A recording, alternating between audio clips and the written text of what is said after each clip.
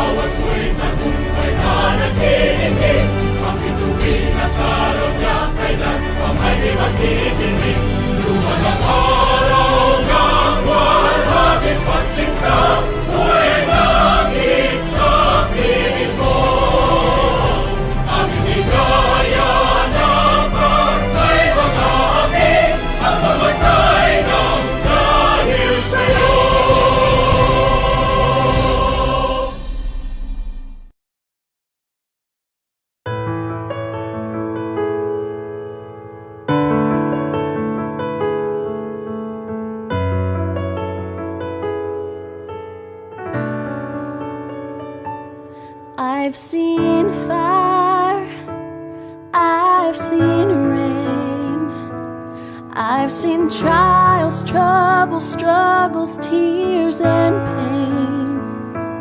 Now I'm here in the valley once again, but the shadow soon will fade.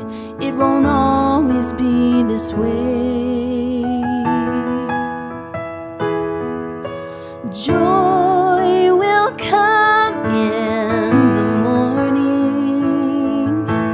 Joy will come in the morning. The night may be long, but it's not the end of the story.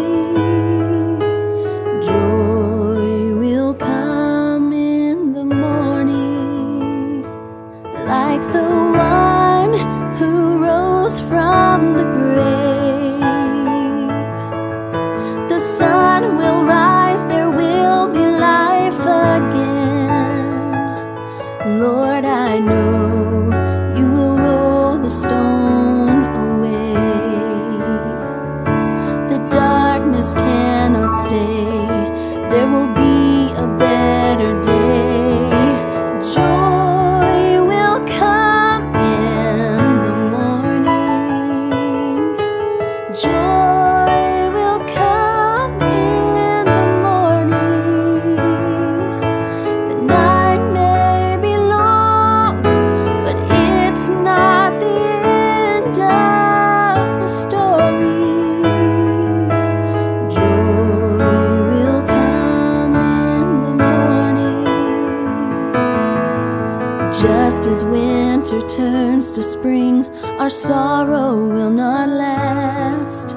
The dawn is just about to break. We'll see this too shall pass.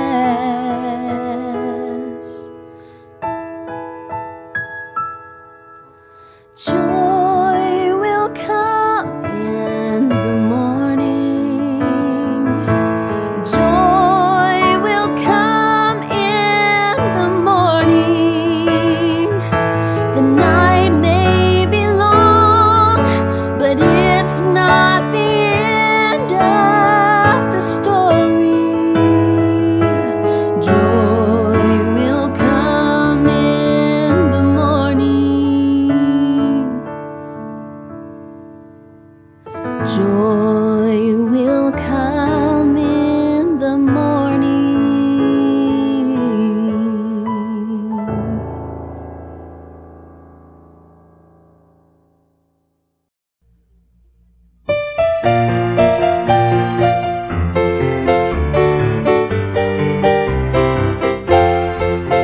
Malipayong huni sa kalanggaman, madasigong dailig sa kasapaan, Maanindot nga kabukiran, matahom nga kapatagan.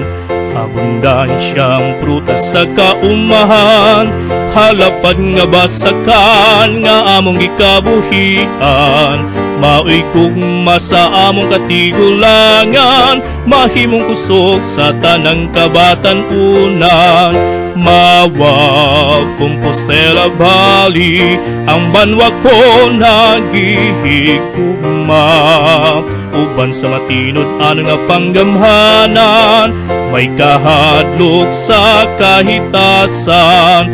Mawab Benyos, ligdon may baruganan, sumbanan sa katarong ug kaangayan. Mabuhay ka sa kahangturan, umawab ang banwa ko.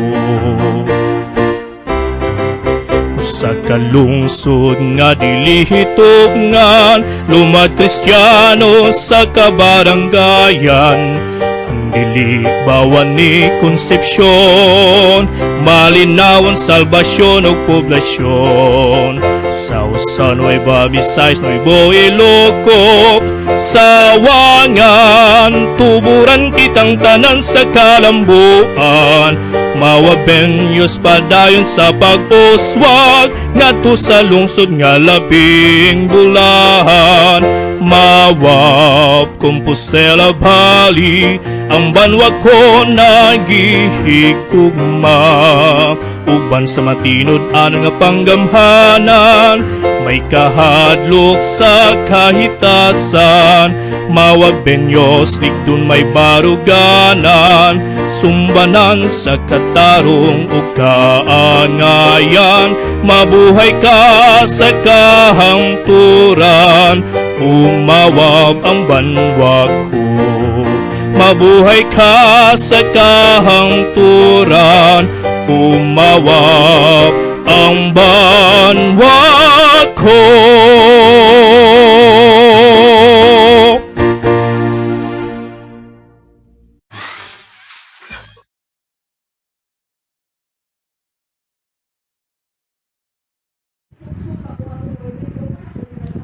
The school's division superintendent, duly represented by the Public Schools District Supervisor, Madam Azucena L. Teves, I have the honor to present to you 28 boys and 22 girls with a total of 50 candidates for graduation. They have successfully completed the minimum requirements of the basic education curriculum for the school year 2020-2021 as required by the Department of Education through Salvacion Elementary School, Salvacion, Mawab Davao de Oro.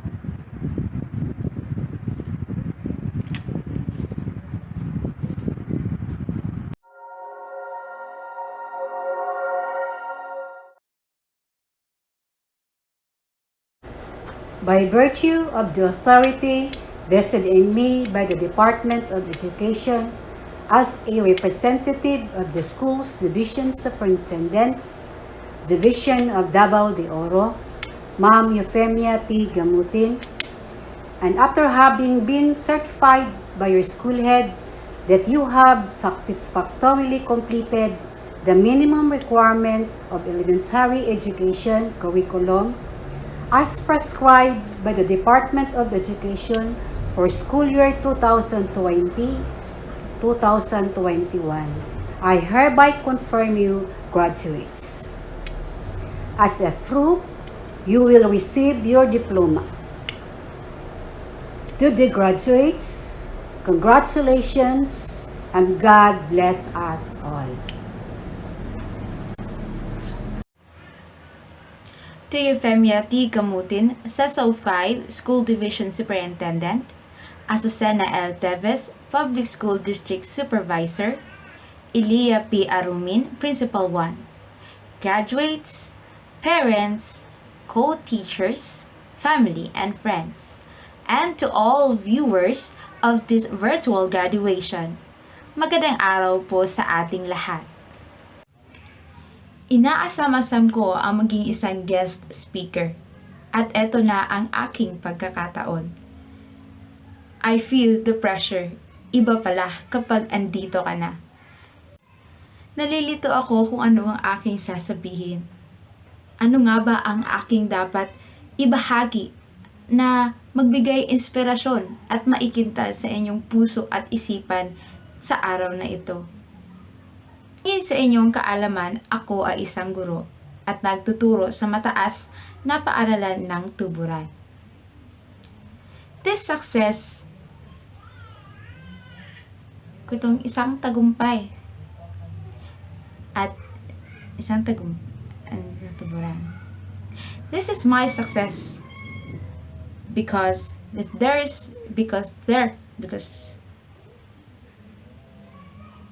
is my success naman. Bagamat hindi ito tungkol sa akin, ito ay tungkol sa inyo, mga graduates class of 2020-2021.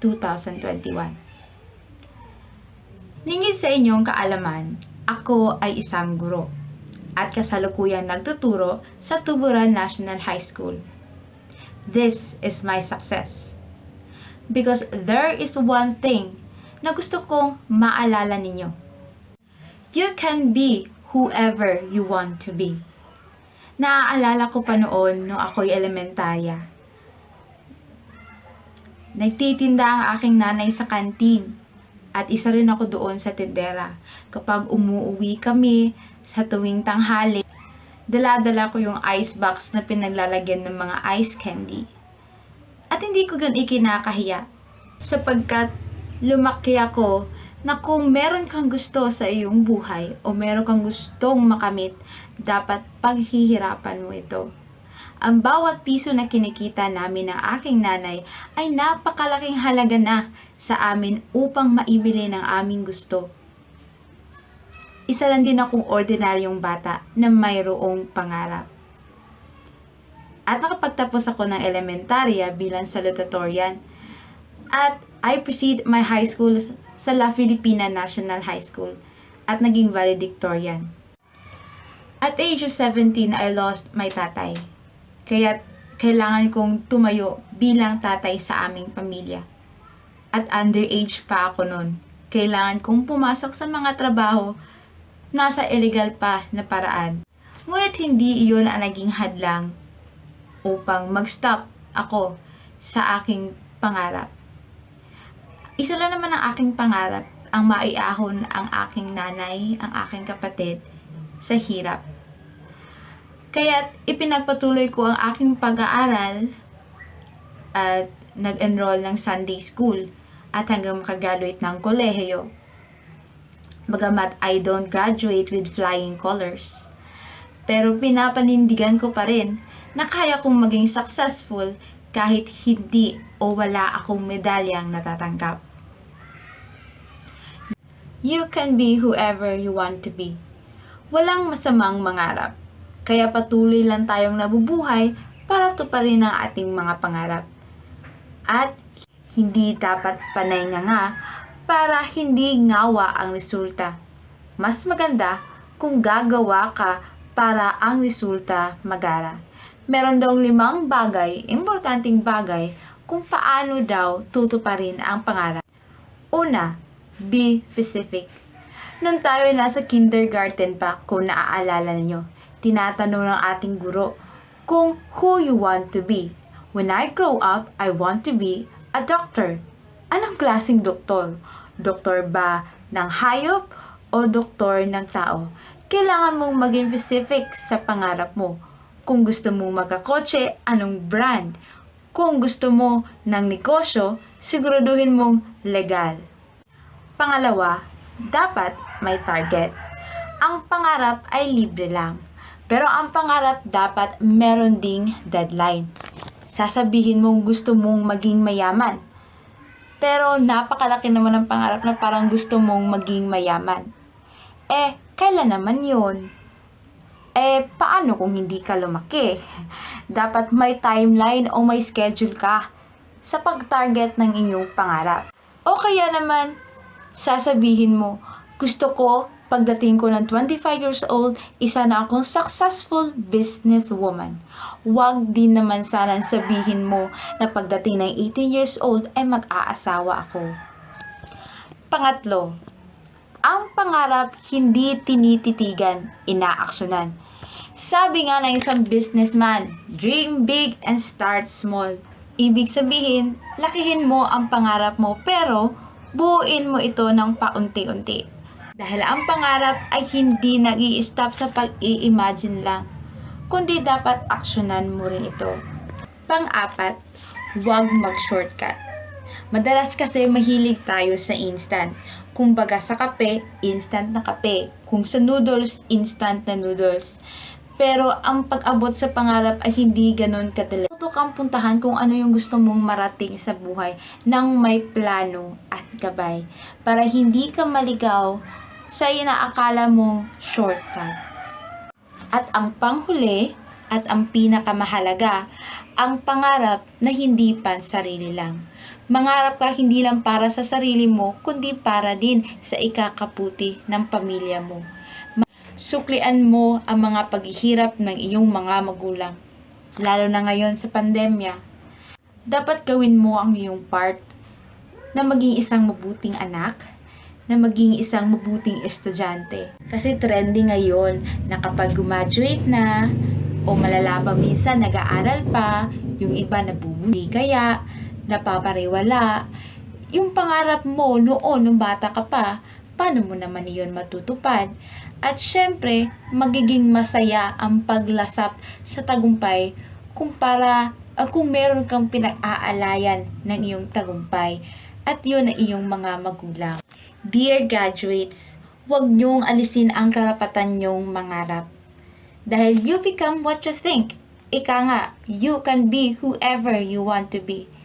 Ngayon, kung ikaw mismo hindi mo kayang paniwalaan ang sarili mo na hindi mo kaya ang mangarap, wala ka talagang mararating at walang mangyayari dahil ikaw mismo ang nag-alis sa karapatan mo na mangarap.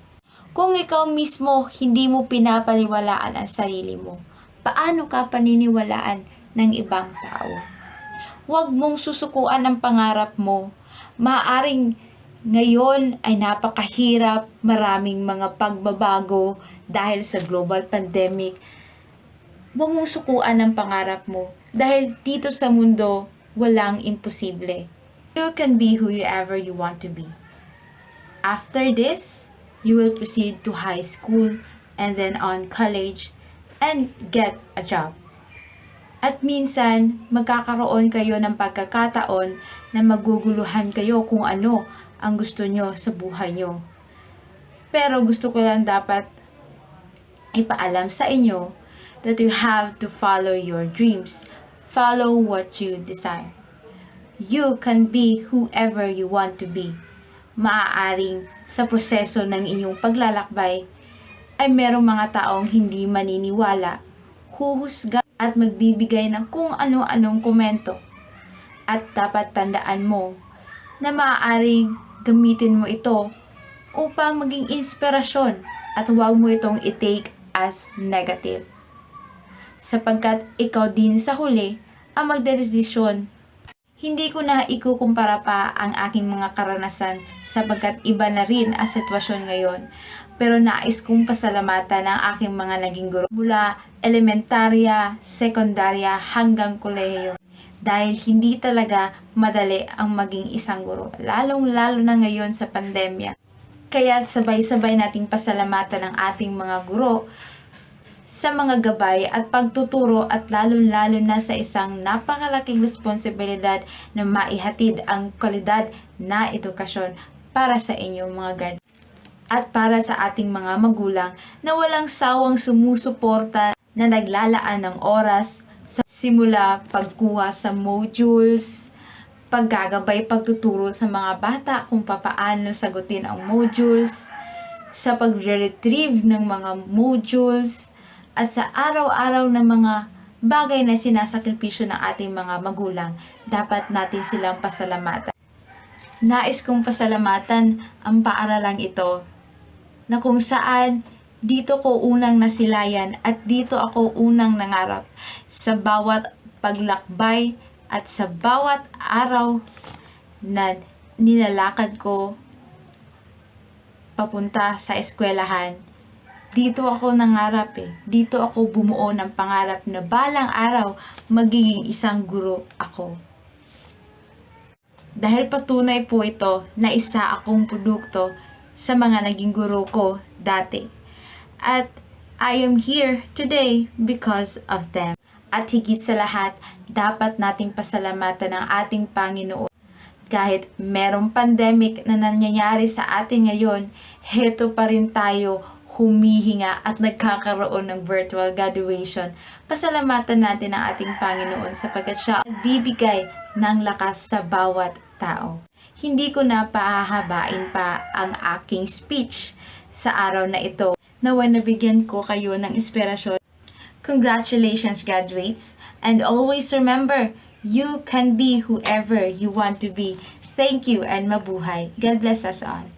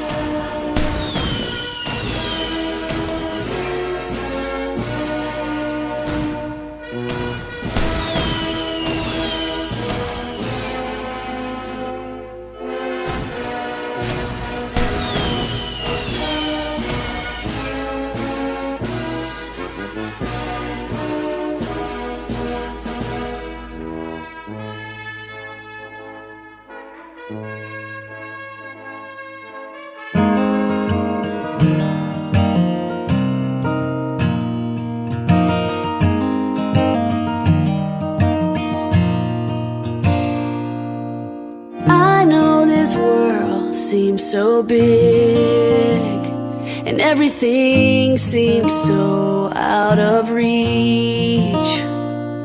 The sky is high and the walk is wide. You just don't know what you've got yet. It's in the palm of your hands. It's right in front of where you stand. If you believe everything you dream will come true, and if you can love, no matter how you hurt, love will come to you, back to you. This world is yours.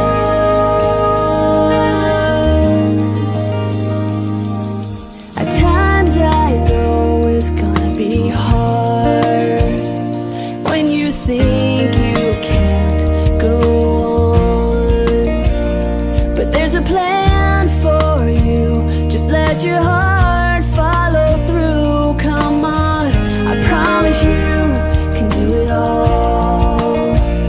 'Cause where you fall, you can always start again. Your future's right in front of where you stand. If you believe everything you dream will come true,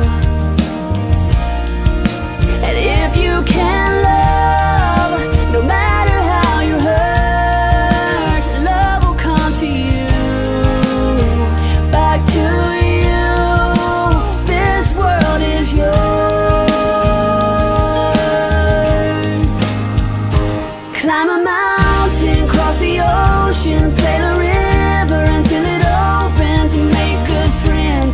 Listen hard, let it out, and dance on.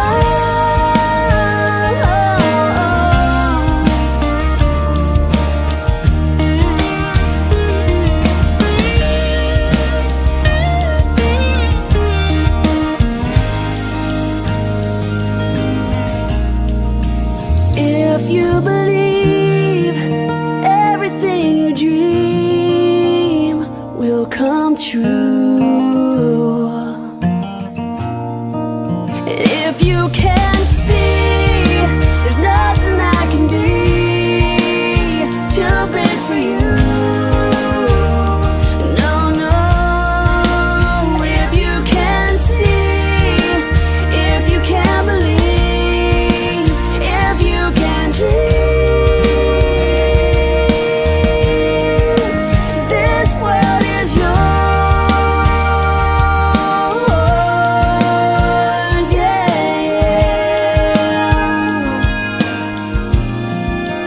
This world is yours.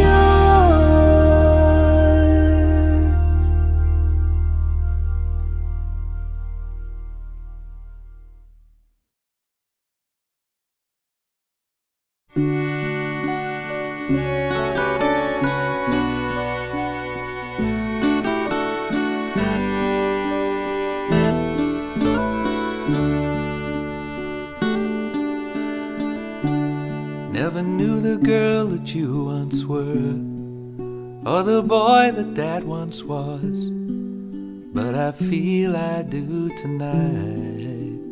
Maybe it's because traveling through the years at the speed of light, missing you, Mom and Dad, tonight. So till I'm back in your arms again, these words from the heart I send.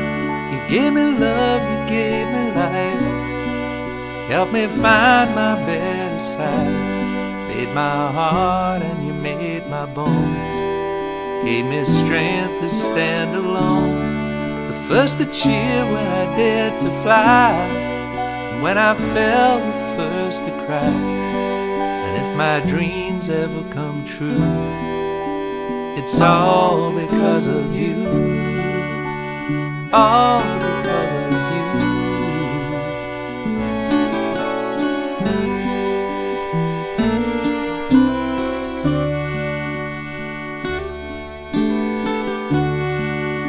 every time when I didn't call or even think of you at all.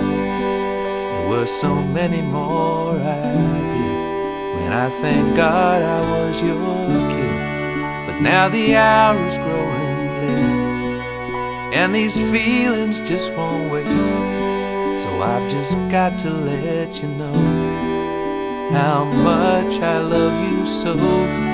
You gave me love, you gave me life. You helped me find my better side. Made my heart and you made my bones. Gave me strength to stand alone. The first to cheer when I dared to fly, and when I fell the first to cry. And if my dreams ever come true, it's all because of you. All because of you. Any good thing I do, it's all because of you.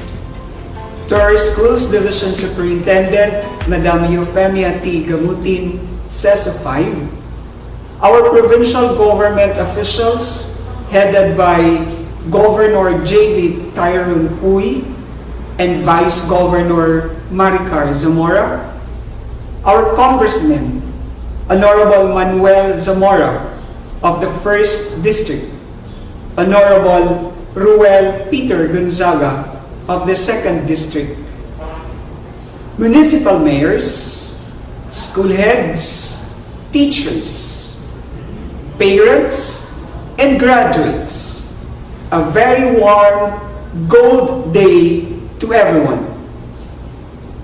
This is the day that the Lord has made. Let us rejoice and be glad on it. Another chapter in the lives of our learners has come to an end. A chapter that is definitely filled with remarkable experiences and episodes that honed them to become a better and prepared individuals to face life's overarching challenges. This school year is the most challenging time for the education sector since World War II due to the pandemic brought by COVID-19. However, instead of being weakened, our education leaders, teachers, students, and parents make use of the situation to become more creative and innovative in delivering learning to the grounds. Different strategies, techniques, and digital platforms were used and introduced in order that the synchronous and asynchronous learning will be delivered. In spite of being in the middle of a pandemic, today we need to celebrate. Celebrate the success that you have gained and celebrate the courage and determination that you have in conquering and winning this battle that we have. To all the graduates and parents, congratulations! You have made it through the rain. Learn not only the lessons you learned from the modules, but importantly, the lessons of life that this pandemic has taught you, and make use of it as you step to the next level and open a new chapter in your life. To all our education stakeholders, thank you so much for not leaving us alone, but instead helping us strengthen the quality of education during this tumultuous time. Indeed, it takes a village to educate a child. God bless everyone. Sulong Inukalidad.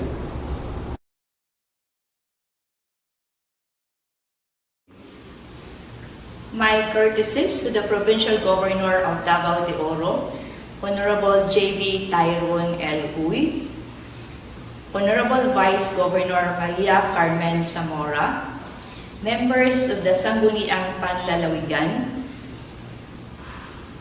representatives of congressional districts, Honorable Ruel Peter Gonzaga of District 2, Honorable Manuel Zamora of District 1, municipal mayors, barangay officials, Assistant Schools Division Superintendent of the Division of Davao de Oro, Dr. Romel R. Handayan, Chief of the School Governance and Operations Division, Dr. Ruben Riponte, OIC Chief of Curriculum Implementation Division, Dr. Arlene Lim, Education Program Supervisors, District Heads, School Heads of both elementary and secondary schools, public and private, teachers, ALS implementers, parents, graduates, friends, greetings to everyone on this momentous celebration of success. This year's batch of graduates and completers, I believe, is a unique batch of being a group of successful students who victoriously braved the storm brought about by the threats of COVID-19. The country was spared from SARS in 2002 to 2003, from MERS in 2012, but COVID-19 affected all walks of life since early 2020. Our graduates and completers might even have been in crossroads on whether to finish school or wait for the next school year for a lot of different reasons. School year 2020-2021 is a unique year of schooling. For the first time in the history of Philippine education, that the use of different learning modalities have to be massively employed just to make sure that the department continuously delivers education services to its clientele. The Schools Division of Davao de Oro is indeed blessed, for despite the challenges ushered in by the pandemic, its schools and learning centers undoubtedly stood by its mantra of providing quality education services. Sa gitna ng hamong dulot ng pandemya, pinatatag at pinaigting panglalo ng buong sangay ng kagawaran ng edukasyon ng Davao de Oro ang pagbibigay serbisyo sa mga kabataan nito. Hindi matatawaran ng kahit sino ang pagkakabuklod-buklod ng iba't ibang ahensya ng pamahalaan at iba't ibang sektor ng lipunan sa pagtataguyod ng walang puknat na pagdaloy ng serbisyo para sa bawat mag-aaral. Hindi rin nilulubayan ng ating mga kaguruan ang pagsusubaybay sa mga mag-aaral upang masisiguro na ang bawat isa ay nakatatanggap at nakasusumite ng kani-kanilang learning modules at mga kinakailangan upang mabigyan sila ng karapat-dapat na marka. Amidst the challenges brought about by the pandemic, the Department of Education, led by the Honorable Secretary Leonor Magtules Briones, manifested resiliency in its own way. With a batch of graduates and completers we have this year, we yield them to the next level of further learning. It is with joy that I congratulate each one of them with their parents, teachers, and school heads who have worked together and blended their efforts into a fabric of success for each of our students. We have been into very difficult situations for varied reasons, but we all experienced God's protection in everything that we went through. This shall also propel us to continue kindling the enthusiasm within us to do better each day, raising the bar of excellence in the way we do things, and hold on to the inspiration that we could still be the best of what we can be. May our graduates and completers genuinely share the vision of government on good governance, that as they go through further learning and eventually to the world of work, may each one of them become responsible contributors to the country's development and actively take part in making the Philippines a nation of economic stability, resiliency, and most of all, a nation that deserves the promises of the Almighty God. It is also with sincere appreciation as we acknowledge the immeasurable and unconditional support of the provincial, municipal, and barangay local government units, as well as the offices of the 2 congressional districts of the province of Davao de Oro. The school year that has just ended wouldn't have been this productive and fruitful without their solicitousness and assistance that effectively scaffolded school and office operations. Indeed, healing as one has been a real-life experience for all of us. To our education key players of the Department of Education, with the Regional Director, Dr. Alan G. Farnaso, on the helm, and as we respectively hold fast to the oars of the vessel we are all in, let us, in unison, row the boat safely ashore each year. Psalm 127 verse 1 says, "Unless the Lord builds the house, its builders labor in vain. Unless the Lord watches over the city, the watchmen stand guard in vain. Let us, therefore, continuously seek what pleases the Lord, for unless the Lord blesses, our labor would be in vain." To everyone, my warmest congratulations. Looking forward to another great year ahead of. Intensifying education in this time of pandemic is truly a Herculean challenge. We have been strengthening quality education over the years, but we are now confronted with the new normal where we need to change learning modalities and strategies swiftly. Making them responsive is even more challenging, not to mention exciting. Dear graduates and parents, the school year 2020-2021 will be written in 2 different ways in our history. One would be a story of resilience. The other would be accounts of discovery and creativity. No matter how we look at each story, we are faced with a puzzling truth of survival and success. Yes, we have survived 1 year of no face-to-face interaction inside the classroom. We survive with learning through the help of modules or online delivery and instructions, or radio and TV-based instructions.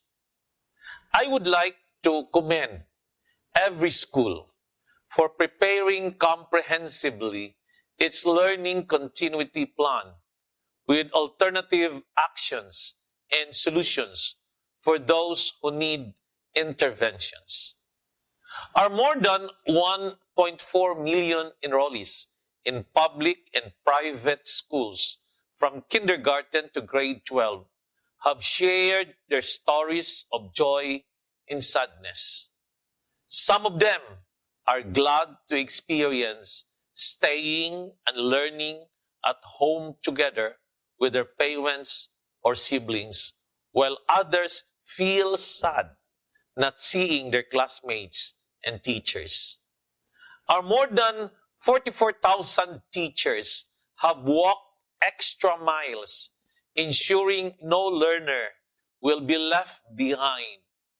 I commend their sacrifices, hard work, and a lot of creativities. They innovated and unleashed their potentials in this time of pandemic. We have witnessed how they have become instant videographers, broadcasters, writers, artists, bikers, and many more. We have proven that education can continue anytime and anywhere, even with this pandemic that threatens us.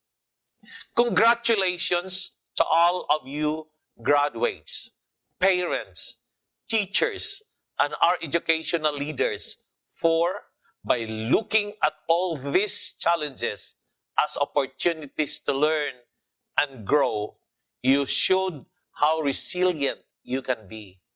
The department in this time is prouder to see all of you endure the test of time. This pandemic has connected all of us to think of each other's safety and welfare. Let us continue to pray for healing. Let us continue to pray for hope and for better days. Good day to each and everyone who is attending virtually present at this time of our graduation ceremonies for our beloved and very precious graduates for the school year which ends at this time.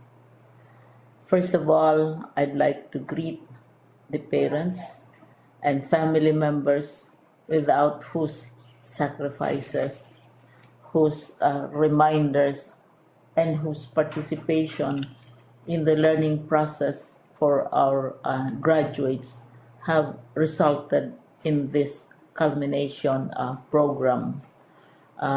This year, your role has changed drastically, where we've always believed that the matter of educating our children rests nearly exclusively on our teachers and our staff. This time, you parents, you family members, you who are in the households of our learners have expanded your role and contributed to this wonderful day wherein finally our learners are graduating in this culmination exercise. So congratulations, because this year has not been very easy, has not been a picnic for our teachers, for our family members, as well, especially the parents, mothers, fathers, sisters, brothers, and all who have contributed to the achievement of our learners at this time. So, maraming salamat at congratulations, parents and family members. Mas malaki ang role ninyo at this time compared to earlier graduation exercises. Secondly, I would also like to greet our teachers, without whose very careful review and careful supervision of the work of our pupils and our learners, this event would not be taking place at all. And so thank you, teachers. Your role has also expanded. In addition to seeing to it that the modules are faithfully followed, the assignments are correctly implemented, and the learners are truly learning, and you have had to deal with new ways of assessing the performance also of the learners. So congratulations, teachers, for enduring, for your patience, for your love for our learners, and your willingness to engage in a way and methods of teaching which are different from those which are used to. Assessment must have been especially difficult for you, especially since you were not able to see most of the time our students in face-to-face meetings, and most of the meetings, of course, were virtual. We'd also like to thank the local government units for their interest, for their cooperation, and for their continuing contributions to the needs of education, even as our children do not go to school. Your donations of material as well as financial resources at this time are most welcome, and your advice has been taken seriously not only by our teachers, by our school officials, but also by our officials in the Department of Education. We continually talk with local government units, especially in times of disaster, in times of great need for classrooms, for space, and for responses to unforeseen emergencies. Thank you, local government units. But of course, most of the congratulatory greetings fall on the deserving graduate. Each and every one of you is truly special. You are different from the other graduates who have passed through the portals of your school. You went to school practically without seeing your teachers, if at all. You went to school with your parents, your mothers, and your fathers hovering over your shoulders and seeing to it that you are able to complete your assignments. You are completing your studies at a time when examinations and assessments are different. You are culminating these long months of hard work at this time, even as you have to do family chores, even as you are distracted, and even as your world has turned upside down, and it seems and it appears as if we don't know what the future holds and what will happen next. but you have persevered, and now you are ready to graduate. And therefore, you deserve each and every bit of congratulations from us in the Department of Education, from your parents and family members, your teachers, from the officials in local government, as well as in the parent teachers associations. You deserve each and every single congratulatory pat on your back, each hug virtually, of course, and each greeting, which I am sure you are also receiving virtually. I don't know if you will remember this event many, many years from now. I have tried to recall myself who our graduation speaker was when I finished high school and when I finished my college studies. All I remember is that the graduation speaker was someone important, someone who was invited because that someone is supposed to give a message.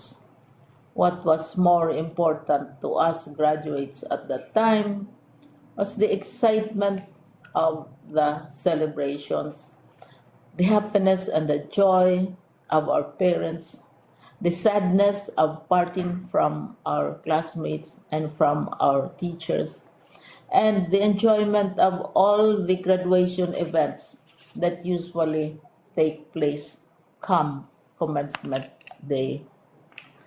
When I was a college student, we had a series of events which were designed to embed in our minds, which were designed to help us remember and not forget our days in college. We would spend one whole day going around the campus, visiting the classrooms, saying goodbye to our teachers, and sharing memories. We would have bonfires to say goodbye to each other. We had baccalaureate services where we committed ourselves to God and we prayed for guidance when we go out into the world. So many celebrations, and the speaker, of course, is the least important and easily forgotten component of the graduation exercise. Nonetheless, I will exert all efforts to share with you what I see are things or issues which a graduate should remember and recall. I have said that you are very special. You are very different. You are pioneering. There has been no other class like your class.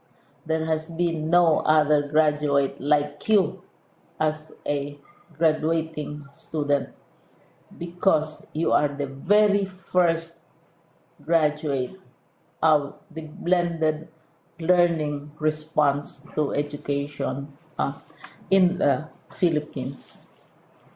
And so you ask yourself, what awaits you in the world outside? You can either work because the kind of curriculum you survived and underwent as a student will enable you to go to work if you wish to go to work. Some of you will proceed to further studies, and this would be a wonderful thing because there are many opportunities for further expanding your knowledge, for further answering and looking for explanations of issues, events that make you curious, especially in science, in technology, and also in the arts. So you can work, you can go to further studies, and Perhaps some of you will settle down, hopefully not too soon, so you can pursue what you really want to do. So today, this is why we call this exercise a commencement exercise. It's not the end of our studies. It's not the end of all our efforts with blended learning, with modules, with floods, with earthquakes, and of course with COVID. It's a commencement of doors opening to you.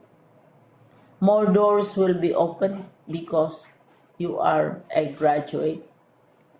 You can work, you can proceed for further studies, you can help your parents, and you can perhaps look for opportunities to do what you have always wanted to do, whether at work, whether at advanced studies, whether at learning more in science and technology, in mathematics, and in the arts. All of these opportunities are available to you. More doors are being opened. I hope you will select the door which arouses your curiosity, the door which will help you know more about this world, and the door which will allow you to contribute to the development of our country and contribute whatever we can to solve our problems and our challenges. Congratulations once more to each and every one of you. Congratulations to you, parents and family members. Congratulations to you, teachers. When I was chair of the board of Silliman University, each time we had graduation ceremonies during the baccalaureate and during commencement itself, I would cry. I would cry because you are sending out into the world a new batch of graduates, and we want to be sure that what is awaiting them is appropriate. We want to be sure that they are ready for what awaits them when they select which door to open. And so we tell you, go out to the world, do whatever you want to do. God be with you, and be assured that all of us love each and every one of you. Congratulations.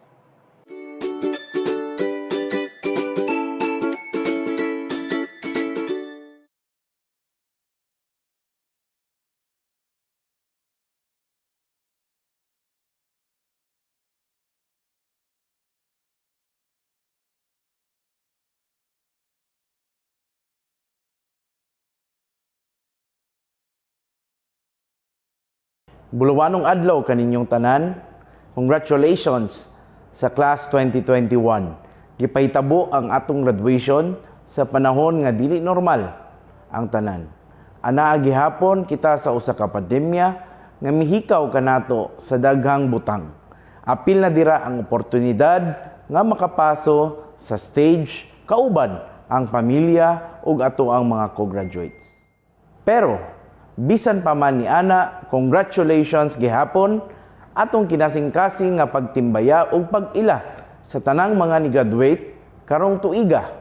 Nagbunga na gyud ang inyong kakugi, paningkamot ug determinasyon.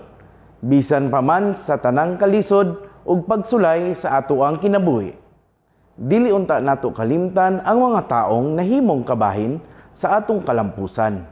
Atong pasalamatan ang atong mga ginikanan, ang atong mga magtutudlo, ang atong mga nahimong higala, ang ato ang mga classmates, ug labaw sa tanan, ang labawng makagagahom nga maoy naghatag kanato og kaalam ug kadasig nga magpadayon. Dili kita mahadlok sa pagsulod sa bagong hugna sa atong kinabuhi. 1,000 reasons may stop, but it only takes a solid yes to make things happen. The pandemic has blown away a lot of opportunities, yet it can also be seen as an accelerator for many things. May you never lose vision when things suddenly shatter. Instead, bounce back stronger. Kung kaya gani nato malampasan ang usa ka pandemya ug mahimo gihapon mananaog, kaya usab nato bisan unsa pang mga pagsulay sa ato ang kinabuhi. Basta magpabilin lamang kitang mapahibsanon, kuyan ug adunay pagtuos sa labawng makagagahom. Dream big and leave a good mark everywhere you go. The great journey begins today. Kalampusan natong tanan ang inyong kalampusan. Congratulations sa inyong tanan. Good day, everyone. During these times of our health and wellness, education is one of the most affected endeavors in the community. Nasakripisyo niini ang atong face-to-face classes kung nakahatag kung napunghagid sa atong mga matutudlo ang mapabot gihapon ang dekalidad na serbisyo. Our learners need to adjust their learning process. The bulk of modules brought home, the appropriate learning environment, the absence of teachers to monitor the interest of the learner, the temptations of the gadgets and home entertainment, and many others such as challenge for a learner to achieve the so-called quality education. Nonetheless, the Department of Education, with the support and cooperations of the teachers, parents, local government unit, and the stakeholders, has pursued its goal to bring education into the doorstep of every home and bringing its message that truly education is the responsibility of every citizen. Tungod ni nasayot na po kita na tungod sa pagkitambayayon sa atong katilingban, ang atong pagtinabangay o pagsinabtanay na baton gihapon ang atong danggo alang sa atong mga estudyante. Hence, the learner is able to realize that education truly starts from the home. The quality education can still be achieved through the help of the family. Therefore, I heartily congratulate everyone for making the new normal scheme of education a success. We do not know how long this pandemic will continue, but we are resolved that we cannot abandon the bright future of our children through quality education at home. To the learners, another year of stairway to success is under your feet. Do not quit. Continue to our journey. At ang atong pagpaningkamot, sakripisyo, pag-ampo sa atong labawang kagagahom, makapot gihapon nato ang atong pangandoy, bisan pa man niining atong dakong pagsulay. Permi nato ibutang sa atong una-una ng edukasyon may hagdanan na makapot nato ang atong taas na kaugmaon. You are always our inspiration to stand and serve as leaders someday. Somehow you will be our leaders equipped with quality education and strength. We salute you. Congratulations. Thank you very much. God bless.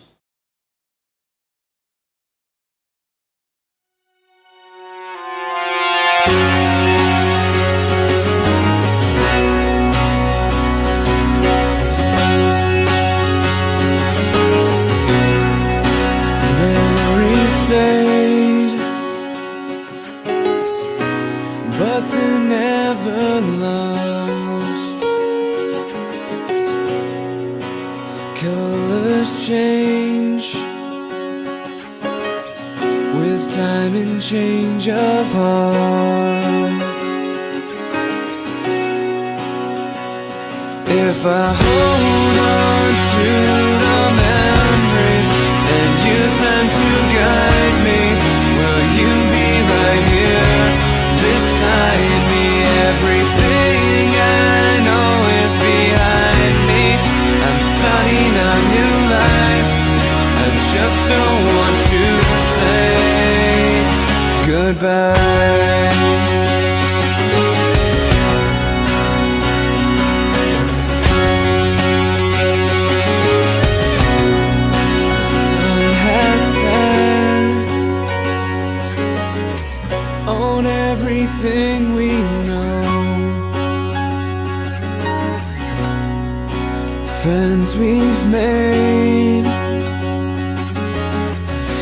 don't want to let go.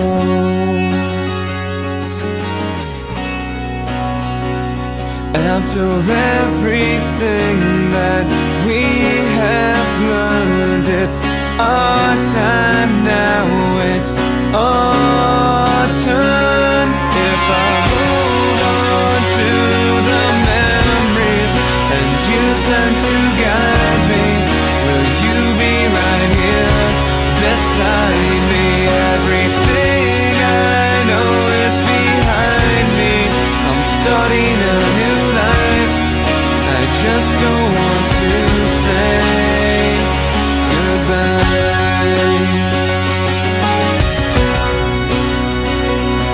The lights go dim as we suddenly see it's time to find who we're meant to be. We couldn't wait for this to end. Now we wish we can start again. If I hold on to the memories and use them to guide me, will you be right here beside me? Everything I know is behind me. I'm starting a new life. I just don't